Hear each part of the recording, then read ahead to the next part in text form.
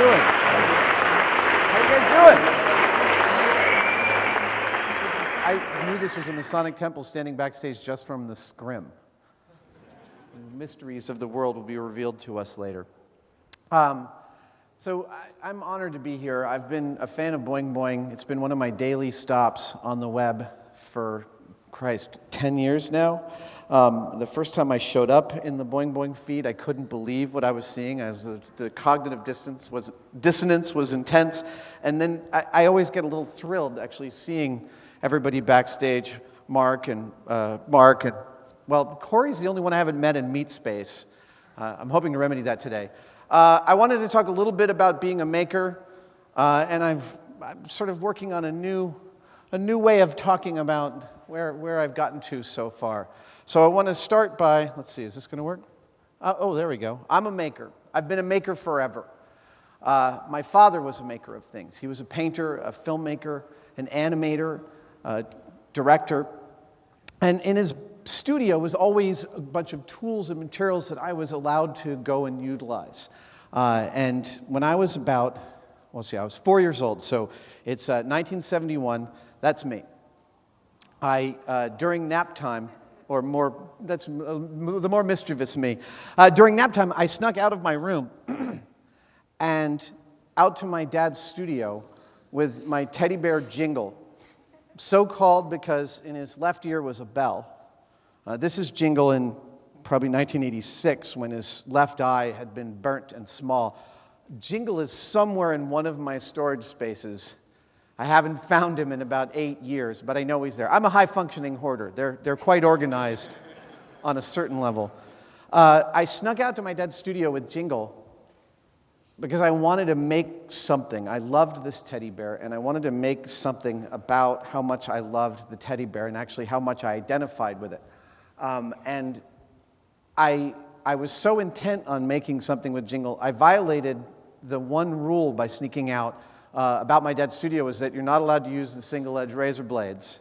Now, this story doesn't end with me getting scarred or anything. It only ends with me finishing a drawing of Jingle, which is here, wearing all the clothes that I wanted when I was 4 years old. A vest, a Superman shirt, a belt with a gold buckle, and apparently red pants. This is me on the leg trying to spell Jingle. G-G-L-E, Savage, Jingle Savage. So, notice, I think the eye was already small. Cut to a few years later, I'm more like 8 or 9 years old. And you remember Mission Impossible? When I was growing up, this show was one of the greatest shows ever made, because if you didn't watch the first 5 minutes, you were screwed for figuring out what the hell was going on for the rest of the time. You had no idea. But the plots were really intricate.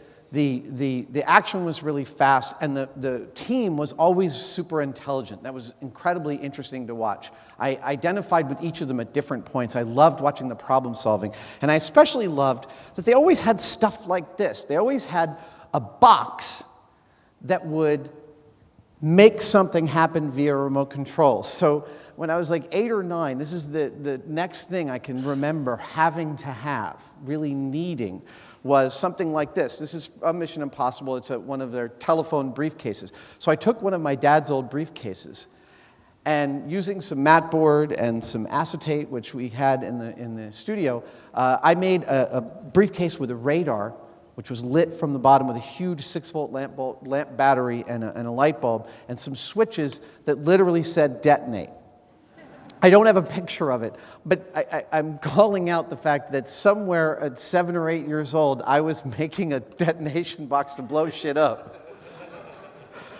And that continues. When I was 18, I made my first Blade Runner gun out of model kits and toys bought on Canal Street. When I was 26, I made my second Blade Runner gun. Pretty much hand-sculpted from scratch, only to discover that I'd made it 20% too small, the story of my life.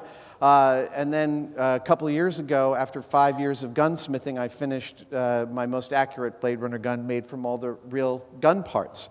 Also, I've spent a fair bit of time making and wearing costumes. I go to Dragon Con, I go to Comic-Con every year, and each time I walk the floor, that is a very important practice to me, and it's the same import as it was when I was 8 years old. I want that transformation. My first time I went to Comic-Con, that's my Hellboy costume, not my real chest. A couple of years ago, I actually went as one of my all-time favorite characters, No-Face from Spirited Away. One of the all-time great movies. If you haven't seen it, dive into Miyazaki with both feet, because he's one of the great living filmmakers. And No-Face in the movie Spirited Away is one of the most sympathetic and amazing characters, and an incredible, it's just an amazing film. And wearing a 7.5-foot tall No-Face costume and seeing people's responses to it when they really knew the film was absolutely thrilling. It felt like I was participating in an entirely new kind of theater. So flash forward, 15 years after making Blade Runner guns and movie props, and then I make props for real movies, and then I get Mythbusters, and I've been making Mythbusters for 10 years. And a couple of years ago, I had a conversation with a person, a really, really renowned inventor. I'm not going to name them because who they are isn't the point of the story, but they were asking me for help in getting kids interested in science, which is something I'm deeply, deeply interested in. How do you get kids interested? And I started thinking back to the things that got me interested in making things.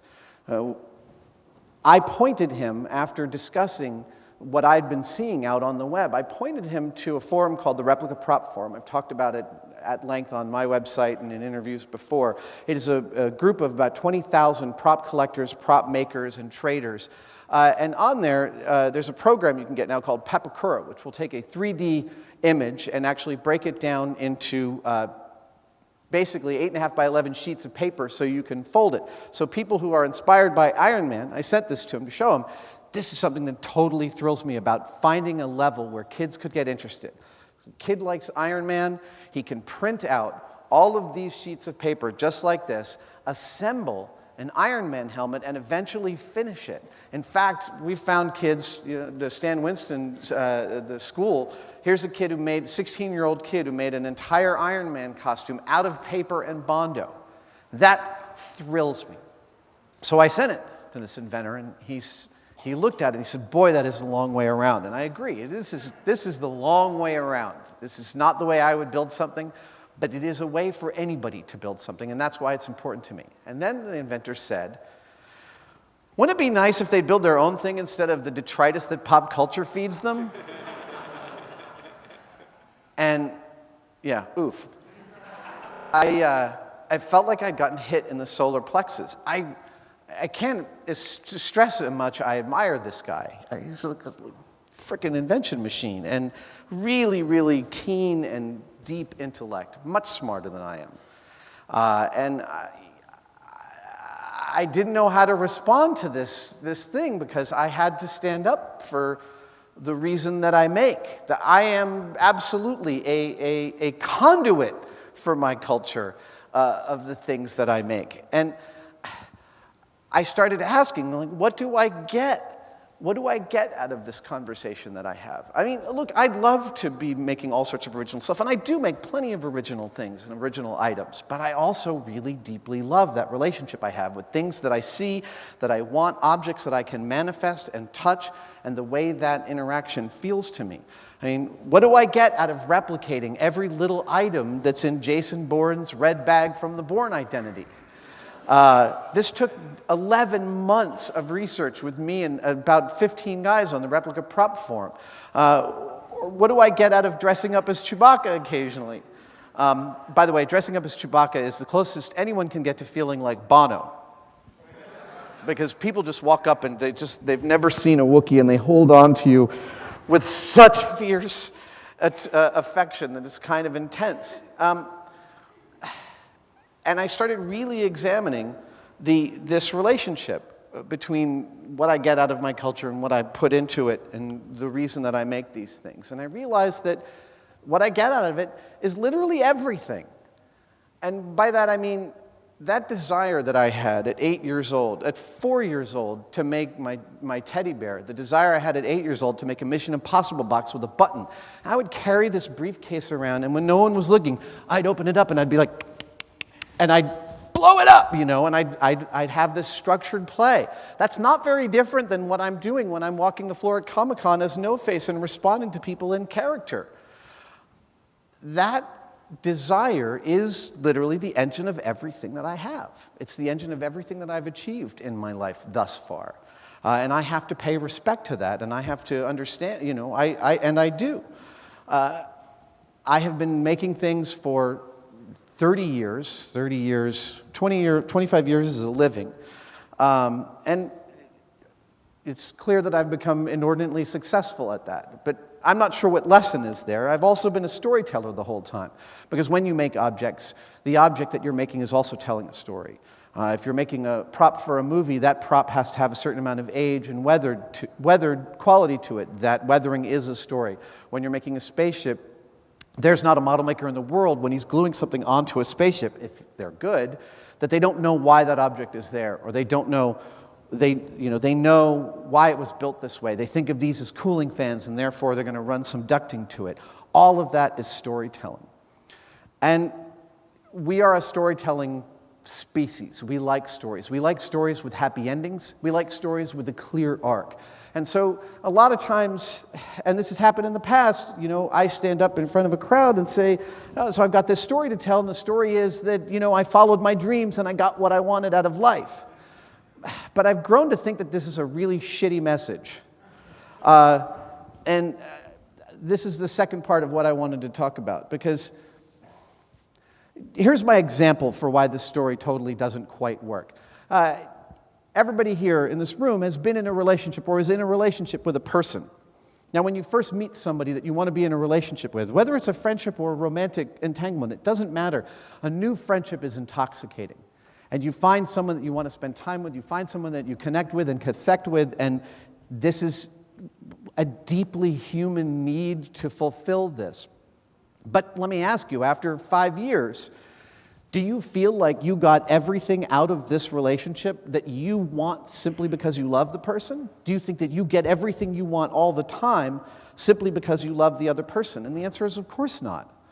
The relationship is built on work, on hard work, on absolutely difficult work. And it's work about looking inside yourself. It's work about getting past yourself in order to be able to find the compassion for another person. And I think that when you tell people to follow their dreams, it leads them to believe that they're entitled to something without realizing what it's going to take for them to get there. And that's not a good message to give to kids. And I'll tell you, I've had some of these kids come through my shop or come through Mythbusters, and they have a sense of entitlement about this snowflake culture. And don't get me wrong, I think having a solid self-esteem is totally vital. I give my kids all the self-esteem that I can pump into them. But I also tell them a few things about the way the real world works because I want them to be served by it. The fact was I thought in the beginning when I was 19 that I would follow my dreams and I would get what I wanted. And I was pretty clever at things. Things came pretty easily to me. And boy, was I wrong. I wasted a lot of time. And if I have one regret, it's that I didn't really know how to work hard until I was about 25 years old.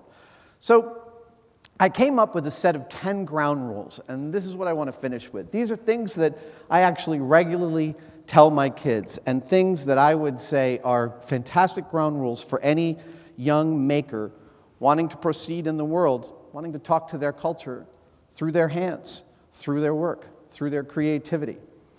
Number one, get good at something.